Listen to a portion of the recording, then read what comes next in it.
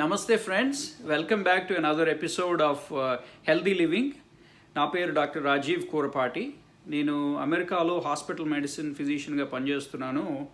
ఈ ఎపిసోడ్లో మనం ఒక interesting topic, very important for healthy living చూద్దాం. It is called food journaling. ఈ టాపిక్ ఎందుకు ఇంపార్టెంటు, ఎట్లా చేయాలి, చేసిన దానివల్ల ఉపయోగాలు ఏంటి, ఇవన్నీ అప్పుడప్పుడు అవసరమైనంత మటుకు డీటెయిల్డ్గా డిస్కస్ చేసుకుంటూ ముందుకెళ్దాం ఈ టాపిక్. ఫస్ట్, అసలు ఎందుకు మన హెల్త్ మీద ఇంపార్టెన్స్ ఇవ్వాలి? మనందరికీ తెలుసు హెల్త్ ఇంపార్టెన్స్ ఇవ్వాలనే విషయం తెలుసు, కానీ ఒక డిఫరెంట్ యాంగిల్లో ఇప్పుడు చెప్పడానికి ట్రై చేస్తాను. చూడండి, మీకు తెలుసు నేను western scientific medicine, eastern medicine, అట్లానే ఆయుర్వేదం, తర్వాత మన కల్చరల్ హెరిటేజ్, మన ట్రెడిషనల్ ప్రాక్టీసెస్, వాటి రెండింటినీ ఏవేవైతే that stand the test of time, వాటిని తీసుకుంటూ, అట్లానే వెస్ట్రన్ మెడిసిన్లో ఉన్నవి తీసుకుంటూ, వాటన్నిటిని ఇంటిగ్రేట్ చేసుకుంటూ నేను యూజువల్గా డిస్క్రైబ్ చేస్తుంటాను. ఏ హెల్దీ లివింగ్ సెషన్ అయినా, ఏ హెల్త్ కండిషన్ అయినా సరే. ఎందుకంటే మనకి తెలుసు అన్ని రోగాలకి వెస్ట్రన్ మెడిసిన్లో మందులు లేవు, అట్లానే అన్ని రోగాలకి ఈస్టర్న్ మెడిసిన్లో ఆర్ ఇండియన్ మెడిసిన్లో కూడా మందులు లేవు. అందుకని మనం రెండింటిని ఇంటిగ్రేట్ చేయకపోతే మనకి we don't get the best of the both worlds కదా. సో అందుకని అసలు దేహం అంటే ఏంది, శరీరం అంటే ఏంటి, ఎందుకు మన ఆరోగ్యానికి ఇంపార్టెన్స్ ఇవ్వాలి, ఇవ్వకపోతే ఏమవుతుంది, బ్రీఫ్గా చూద్దాం. మన ప్రాచీనులు ఎట్లా డిస్క్రైబ్ చేశారంటే దేహాన్ని దిహ ఉపచయే అన్నారు. దేహం అంటే దిహ ఉపచయే అంటే that which accumulates is called body. That which accumulates అంటే మనం బయట ఉండే ఆహార పదార్థాలని మన బాడీలో తీసుకున్నప్పుడు it accumulates in our body, so it is called దేహం. అట్లానే శరీరం అంటే ఇంట్రెస్టింగ్ ఉంటుంది చూడండి. ఇది శీర్యతే ఇది శరీరం అని చెప్పారు. శీర్యతే ఇది శరీరం అంటే that which disintegrates is called శరీరం. చిన్నగా మనకు తెలుసు పెరుగుతుంది, అట్లానే చిన్నగా డిసింటిగ్రేట్ అవుతుంది మన బాడీ, దాన్ని శరీరం అన్నారు. అట్లానే ఈ జర్నీని డిస్క్రైబ్ చేస్తూ 6 స్టేజెస్లో మన బాడీ అండర్గో అయ్యే 6 స్టేజెస్ని డిస్క్రైబ్ చేశారు. అవేంటంటే అస్థి, జాయతే, వర్ధతే, విపరిణమతే, అపక్షీయతే, నశ్యతి. చూసారా, అస్థి ఉన్నది, నశ్యతి లేదు. ఈ మధ్యలో జరిగే పరిణామాలన్నిటినీ అస్థి, జాయతే, వర్ధతే, విపరిణమతే, అపక్షీయతే, నశ్యతి అంటే from point A to point బికి మనం వెళ్ళాలంటే మన లైఫ్లో మనకి హెల్దీ లివింగ్, హెల్దీ బాడీ ఉండాలి కదా. లేకపోతే ఏమవుతుంది, మనం ఊరికనే సర్వీస్. ఇప్పుడు మన బాడీ అంటే ఒక మెషిన్ లాంటిదండి. చూడండి, మీరు గమనిస్తే మీరు హాస్పిటల్కి వెళ్తే ఏం చేస్తారు, ఆర్థోపెడిషన్ డాక్టర్ అంటే ఆ బోన్స్కి, జాయింట్స్కి, లెగమెంట్స్కి ఆయన మెకానిక్ లాంటి వాడు. స్క్రూలు పెడతాడు, పుల్లీస్ వేస్తాడు, ప్యాచ్ వర్క్ చేస్తాడు, ఇట్లా చేస్తూ ఉంటాడు. అదే కార్డియాలజిస్ట్కి వెళ్తే స్టెంట్లు పెట్టడం, ప్లంబింగ్ వర్క్ చేయడం. It is nothing but plumbing work. ఎక్కడెక్కడైతే బ్లాక్స్ ఉన్నాయో వాటిని ఓపెన్ చేయడం, ఇంకా బ్లాక్ కూడా ఓపెన్ చేయకపోతే బైపాసులు చేయడం, ఇదొకటి. ఆ తర్వాత మీరు ఎలక్ట్రోఫిజియాలజిస్ట్ ఉన్నారు. ఎలక్ట్రోఫిజియాలజిస్ట్ అంటే వాళ్ళని ఏం చెప్తారంటే ఎలక్ట్రీషియన్స్ ఆఫ్ ద హార్ట్ అని చెప్తారు.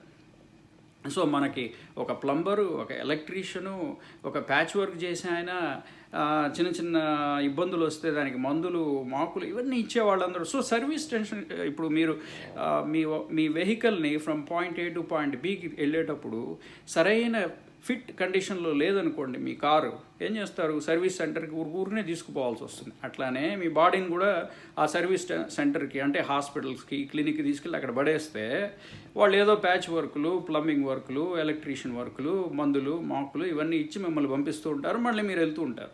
సో మీరు ఈ బాడీని from point A to point B తీసుకెళ్లే మన బాడీని సరిగ్గా ఫిట్గా ఉంచకపోతే మరి ఇట్లా జరగాల్సి వస్తూ ఉంటుంది అనమాట. ఏదో నాబోటి వాడి దగ్గరికి ఫ్రీక్వెంట్గా రావాల్సి వస్తుంది. అట్లా రాకుండా ఫిట్గా ఉండాలంటే one of the important ingredients is food journaling.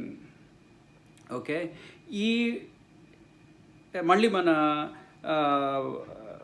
ప్రాచీనంలోకి వెళ్తే మన బాడీని డిస్క్రైబ్ చేస్తూ, మన ఆరోగ్యాన్ని డిస్క్రైబ్ చేస్తూ కాళిదాసు ఏమన్నాడంటే, శరీర మధ్యం ఖలు ధర్మ సాధనం, శరీర మధ్యం ఖలు ధర్మ సాధనం అన్నాడు. అంటే ఏ ధర్మం చేయాలన్నా, అంటే ధర్మం అంటే ఇక్కడ మనం ఎట్లా తీసుకోవచ్చు అంటే, ఏ వృత్తి చేయాలన్నా సరే, ఏ యాక్టివిటీ చేయాలన్నా సరే, శరీరం కదయా మొదటిది. శరీరం is the primary thing that is the vehicle that enables you to do any activity, any work. చూడండి, ఇప్పుడు కొంతమందిని మీరు చూస్తూ ఉంటారు, ఆధ్యాత్మికవేత్తలు ఉంటారు, చాలా ఒబిసిటీతో చాలా ఇబ్బంది పడుతూ ఉంటారు. వాళ్ళు ఎన్ని చెప్పినా సరే, వాళ్ళు చేయాల్సిన ధర్మం చేయాలంటే శరీరమాధ్యం, శరీరం ముందు వస్తుంది ఫస్ట్ థింగ్. సో అట్లానే మీరు ఏ వృత్తిలో అయినా ఉండండి, మీరు టీచింగ్ ప్రొఫెషన్లో ఉండండి, మీరు ఫార్మర్ అవ్వండి, లేకపోతే మీరు ప్రొఫెసర్ అవ్వండి, బిజినెస్లో ఉండండి, యాక్టర్ అవ్వండి, పొలిటీషియన్స్, పౌరోహిత్యం చేసుకునేవాళ్ళు, ఏ డాక్టర్లు, ఏ వృత్తిలో ఉండేవాళ్ళైనా సరే, శరీరాన్ని సరిగ్గా చూసుకోకపోతే ఊరికి సర్వీస్ సెంటర్కి వెళ్ళి ప్యాచ్ వర్క్ చేసుకొని మళ్ళీ రావాల్సి వస్తుంది. అందుకని ఇప్పుడు ఫుడ్ జర్నలింగ్ అనేది ఏంటి, అది ఎట్లా చేయాలి, దానివల్ల లాభాలు ఏంటి అనేది చూద్దాం. ఇప్పుడు చూడండి, మీ బిహేవియర్ని మీకంటే బయట వాళ్ళు ఈజీగా గమనించగలరు కదా. ఆ ప్రిన్సిపుల్ని ఉపయోగించి ఫుడ్ జర్నలింగ్ అనే కాన్సెప్ట్ వచ్చింది, ఆర్ ఫుడ్ ట్రాకింగ్ అనే కాన్సెప్ట్ వచ్చింది. మీరు ఏమేమి తింటున్నారో, మీరు మీ బాడీలోకి ఏమేమి ఫ్యూల్ వేస్తున్నారో, ఇప్పుడు చూడండి, ఒక ప్రిన్సిపల్ ఉన్నది. మీ బాడీలోకి మీరు ఏ ఫ్యూల్ వేసారో మీ బాడీ దాన్ని ప్రాసెస్ చేస్తుంది. మీరు జంక్ వేస్తే జంక్ ప్రాసెస్ అవుతుంది, అట్లానే మీ బాడీ జంక్ లాగా తయారైపోతుంది, జంక్ యార్డ్ లాగా తయారైపోతుంది. అట్లానే మీరు మంచి హెల్దీ ఫుడ్ని ఇస్తే మీ బాడీ హెల్దీగా ఫిట్గా ఉంటుంది కదా. ఇందులో పెద్ద ఇది కామన్ సెన్స్ కదా. సో అందుకని అది ఎట్లాగా మనకి ఎట్లా తెలుస్తుంది మనం ఏమి హెల్తీగా తింటున్నాం. మన పాటికి మనం ఫుడ్ క్రేవింగ్స్ ఉంటాయి, మనకి కంపల్షన్స్ ఉంటాయి, మనకి ఫ్యామిలీ కంపల్షన్స్, పర్సనల్ కంపల్షన్స్, ఎక్కడికన్నా బయటికి వెళ్తే బిజినెస్, ఫార్మల్, ఇవన్నీ ఉంటాయి కదా. మరి వీటికి ఎట్లాగా మనం వీటన్నిటిని తట్టుకుంటూ హెల్తీగా ఫుడ్ కన్జంప్షన్ చేయాలనేది చూస్తే, a process is there where you actually watch yourself like a third person, like an outsider. అంటే మీ బిహేవియర్ని వేరే మనిషి వాచ్ చేసినట్టుగా మీరు వాచ్ చేయాలి. అంటే ఫర్ ఎగ్జాంపుల్ డాక్టర్ రాజీవ్ పొద్దున్నే ఏం తింటున్నాడు, మధ్యాహ్నం ఏం తింటున్నాడు, సాయంత్రం ఏం ఆహారం తీసుకుంటున్నాడు, ఎట్లా ఉన్నాయి, ప్యాటర్న్ ఎట్లా ఉన్నది, హ్యాబిట్స్ ఎట్లా ఉన్నాయి అనేది ఎవరో థర్డ్ పర్సన్ అబ్జర్వ్ చేసినట్టుగా నేనే యాక్ట్ చేసి జర్నల్ చేయడాన్ని ఫుడ్ జర్నలింగ్ అంటారు. అర్థమైంది కదా.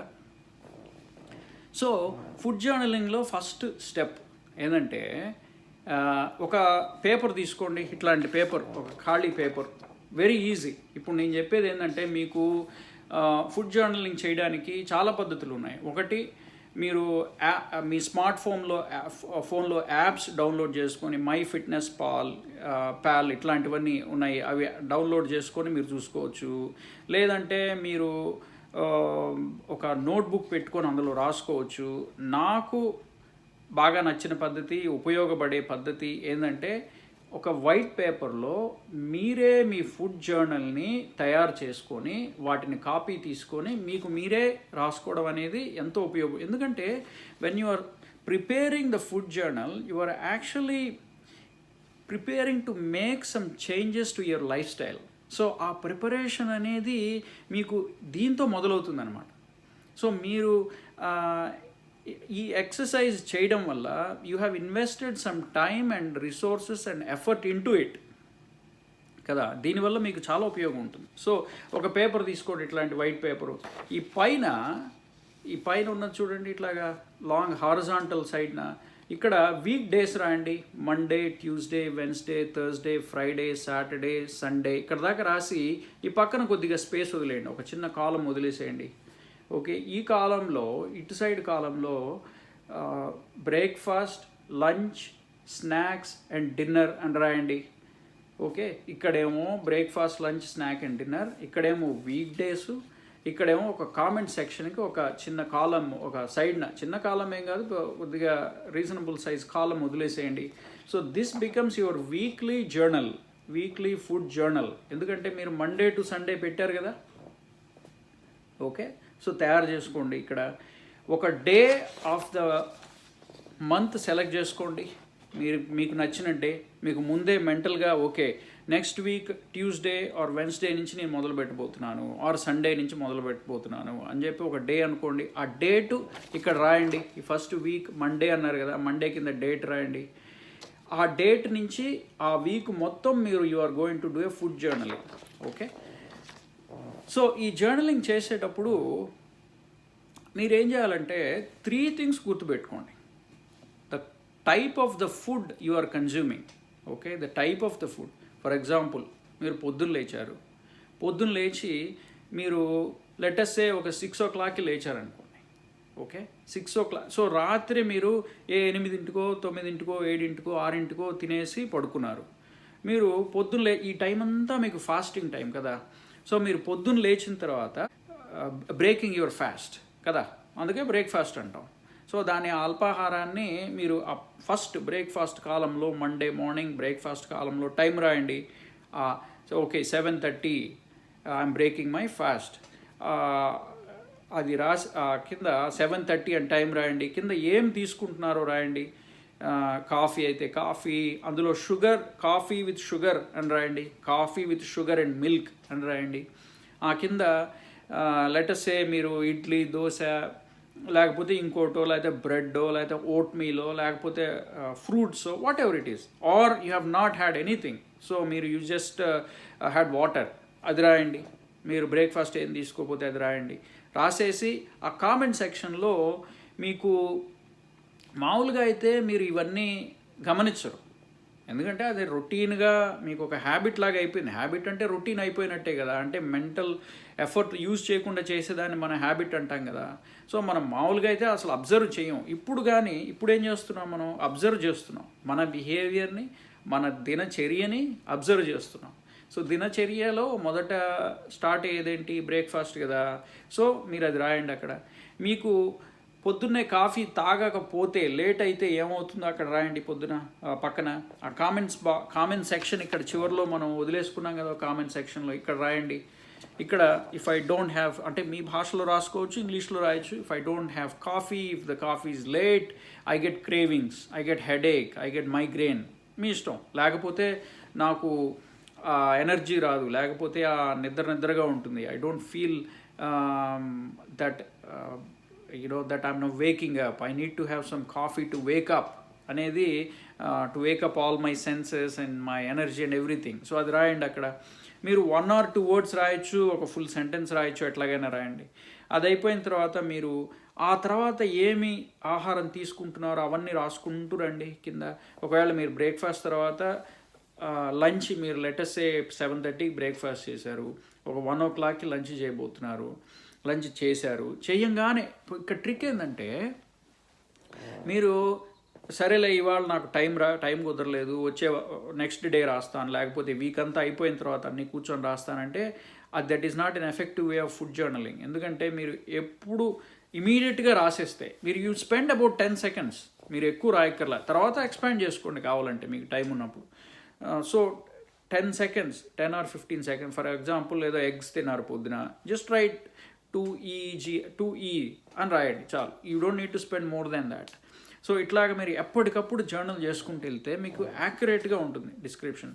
So time of the food, the type of the food and the quantity of the food, ఈ 3 ఇంపార్టెంట్. సో మీరు లంచ్ చేస్తున్నారు, మీరు లంచ్ అంతా అయిపోయింది, మీరు లంచ్లో ఏం తిన్నారో బ్రీఫ్గా రాయండి. మీరు డీటెయిల్డ్గా వద్దు, ఎందుకంటే అది చాలా, ఆ పేజీ సరిపోదు, మీకు టైం సరిపోదు, మీకు you will get frustrated by this process. So make it very brief. So మీరు లంచ్లో ఏం తిన్నారో బ్రీఫ్గా రాసుకోండి. అక్కడ రాసి మీరు ఎట్లా ఫీల్ అయ్యారో రాయండి. ఆ తర్వాత మీకు భుక్తాయాసంతో నడవలేకపోయారా, లేకపోతే మీకు అడిక్వేట్గా ఉందా, లేకపోతే అన్నం తిన్న తర్వాత కూడా కొద్దిగా ఆకలిగా ఉందా, లేకపోతే ఏమైనా అనిపిస్తుందా, లేకపోతే లెటర్సే లంచ్ మిస్ చేశారనుకోండి, ఆ రోజు ఎట్లా మిస్ అయిన లంచ్ కూడా బ్లాంక్ పెట్టి మీరు దాని మీద ఆ కామెంట్స్ అక్కడ రాయండి. ఓకే, లంచ్ అయిపోయింది, మీరు స్నాక్స్ తీసుకున్నారనుకోండి ఈవినింగ్ 4-5 o'clockకి, ఆ స్నాక్ ఎంత రాసాం ఇది రాయండి, తర్వాత డిన్నర్ రాయండి. ఇదంతా రాసిన తర్వాత మీ comments by the end of the day you can add an other comment there how you felt the whole day of your food journaling, అది రాయండి. అది అయిన తర్వాత మీరు ఇట్లానే ఎవ్రీ డే 1 week అయిన తర్వాత మీకు ఒక ప్యాటర్న్ ఎమర్జ్ అవుతుంది. మీ ఫుడ్ హ్యాబిట్స్ ప్యాటర్న్ రికగ్నిషన్ మీకు తెలిసిపోతూ ఉంటుంది. ఓహో, నేను పొద్దునే నాకు కాఫీ తాగకపోతే క్రేవింగ్స్ వస్తాయి, హెడేక్స్ వస్తాయి, మైగ్రేన్ వస్తుంది, so I might be addicted to the caffeine అని వస్తుంది అని మీకు ఒక ప్యాటర్న్ ఎమర్జ్ అయిపోతుంది. అట్లానే అన్నం తిన్న తర్వాత నాకు షుగర్ ఐటమ్ తినకపోతే నాకు ఆ సెటైటీ ఉండదు, అంటే ఫుల్నెస్ రాదు అనేది అక్కడ రాయండి. ఆ తర్వాత అన్నం నేను ఎక్కువ తింటున్నట్టున్నాను ఎందుకంటే నాకు ఇబ్బంది కలుగుతుంది నడవడానికి, ఆయాసంగా ఉంది కూర్చోడానికి, లేకపోతే యాసిడ్ రీఫ్లెక్స్ వస్తుంది, ఇట్లాంటివన్నీ రాయండి. ఇవన్నీ మీరు బ్లైండ్గా చేసేసేయండి. దీనివల్ల ఉపయోగం ఉందా లేదా అనేది విల్ డిస్కస్ అగైన్. ఓకే, ఎందుకంటే నన్ను నమ్మండి, దీనివల్ల చాలామంది పేషెంట్స్కి ఎన్నో బెనిఫిట్స్ అయినాయి. మనం చూస్తుంటాం 40-45 ఏళ్ళు వచ్చిన తర్వాత మనకి చిన్నగా ఈ మెటబాలిక్ డిసీజెస్, ఈ రోగాలు అనేవి మనకు ఒక్కొక్కటి యాడ్ అవుతూ వస్తాయి. డయాబెటీస్, టైప్ 2 డయాబెటీస్ వస్తుంది, హై బ్లడ్ ప్రెషర్ వస్తుంది, ఒబిసిటీలు వస్తాయి, కాళ్ళ నొప్పులు వస్తాయి, ఇన్సామ్నియా అంటే నిద్రలేని పొంతనం వస్తుంది, హెడేక్స్ రావచ్చు, లేకపోతే అరక్కపోవచ్చు, కాన్స్టిపేషన్, థైరాయిడ్ ప్రాబ్లమ్స్, లేకపోతే ఈ అలసట, ఎనర్జీ లేకపోవడం, ఇట్లాంటి ఈ life style diseases, metabolic diseases ఇవన్నీ చిన్నగా ఒక్కొక్కటి యాడ్ అవుతూ వస్తాయి. మీరు ఫుడ్ జర్నలింగ్ చేస్తే ఏ రోగానికి ఏమేమి ఫుడ్ రిలేటెడ్ రీజన్ ఉండొచ్చేమో అనేది మీకు అర్థమైపోతుంది. ఫర్ ఎగ్జాంపుల్, నాకు ఒక పేషెంటు ఎంతో కాలం, ఒక యంగ్ మ్యాన్, అమెరికాలోనే ఒక యంగ్ మ్యాన్ మైగ్రేన్స్తో బాధపడుతున్నాడు. మైగ్రేన్ మాత్రలు తీసుకుంటూ న్యూరాలజిస్ట్కి తిరుగుతూ ఇట్లాగా చాలా కాలం స్పెండ్ చేసి ఒకసారి ఫుడ్ జర్నలింగ్ చేయమని చెప్తే ఆయన ఫుడ్ జర్నలింగ్ ఒక 2 weeks అంతే, ఎక్కువ టైం కూడా కాదు, 2 weeks ఫుడ్ జర్నలింగ్ చేసి హీ డిస్కవర్డ్ దాట్ ఆనియన్ తిన్న తర్వాత హీఈస్ గెట్టింగ్ మైగ్రేన్ అటాక్స్. అంటే ఏదో రా ఆర్ కుక్డ్ ఆనియన్ అది తినడం వల్ల మైగ్రేన్ వస్తుంది అని చెప్పి ఆయనే ఫుడ్ జర్నలింగ్ ద్వారా ఆ హ్యాబిట్స్, ఆ ప్యాటర్న్ రికగ్నిషను, ఆ టైమింగ్, దానివల్ల ఆయన అర్థం చేసుకొని అతను ఆనియన్స్ ఎలిమినేట్ చేసే ఫుడ్లోంచి తీసేసేటప్పటికి మైగ్రేన్స్ పోయినాయి. So he stopped all migraine medication, అదొకటి. అట్లానే ఇంకొక పేషెంట్ ఒక 40-45-year-old మ్యాన్, ఆయనకి హై ట్రైగ్లిసరైడ్స్ ఉన్నాయి, లైక్ 360-380 ట్రైగ్లిసరైడ్స్ అనమాట. ఎంత చూసినా ఆయనకి మాత్రలు తీసుకోవడం, దానివల్ల సైడ్ ఎఫెక్ట్స్ రావడం, ఇట్లాంటివన్నీ దాంతో బాధపడుతుంటే ఫుడ్ జర్నలింగ్ చేసి కొన్ని aspects of like timings of the food ఆయన ఎలిమినేట్ చేసి, like for example intermediate fasting, కొన్నిసార్లు ప్రొలాంగ్డ్ ఫాస్టింగ్, ఇట్లాంటి ఈ ఫాస్టింగ్ అనేది మనం మళ్ళీ వేరే వీడియోలో మాట్లాడుకుందాం. సో ఇట్లాంటివన్నీ చేయడం వల్ల ఫుడ్ జర్నలింగ్ చేస్తూ, ఫాస్టింగ్ చేస్తూ, ట్రాక్ చేసుకుంటూ వెళ్ళడం వల్ల ఆ 360 ఉన్న ట్రైగ్లిసరైడ్ 130కి పడిపోయింది. ఏమి చేయలేదు ఆయన. He did not take any medication, he did not exercise, he did not do. Only by doing food journaling he was able to change certain things in his food and make certain lifestyle changes and improve his metabolic health.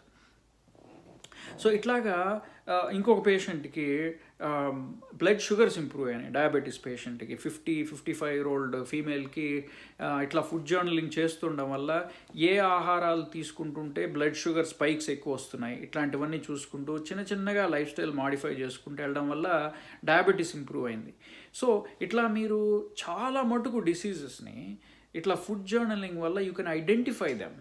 You may even reverse certain diseases. You may even cure many diseases. So దీనివల్ల believe me, it has immense help in improving your health. Okay, so ఇప్పుడు చూసారు, ఈ food journaling చేసేటప్పుడు మనం 1 week పెట్టుకోండి. The type of the food, the timing of the food and the quantity of the food, ఈ మూడిటి మీదే focus చేసి నాకు మీరు కింద కామెంట్ సెక్షన్లో మీకు ఎట్లా అనిపించింది, మీ ఫీలింగ్స్ ఏంటి, ఏదైనా సరే మీకు ఎట్లా, did it help you, Was it too time consuming, or did you feel like it is a waste of time, or did you feel like you were able to help some reverse or decrease certain health conditions or health diseases? అవన్నీ మీరు కింద comment సెక్షన్లో రాస్తే I will respond to that. And then మళ్ళీ మనం మాట్లాడుకున్నప్పుడు next stage ఏంటి food journaling అనేది చూద్దాం. ఓకే, డోంట్ ఫర్గెట్ శరీరమాధ్యం ఖలు ధర్మ సాధనం. శరీరమే కదా ముందు ఏ ధర్మం చేయడానికైనా సరే, మీరు ఏ వృత్తిలో ఉన్నా సరే, డోంట్ ఇగ్నోర్ యువర్ హెల్త్.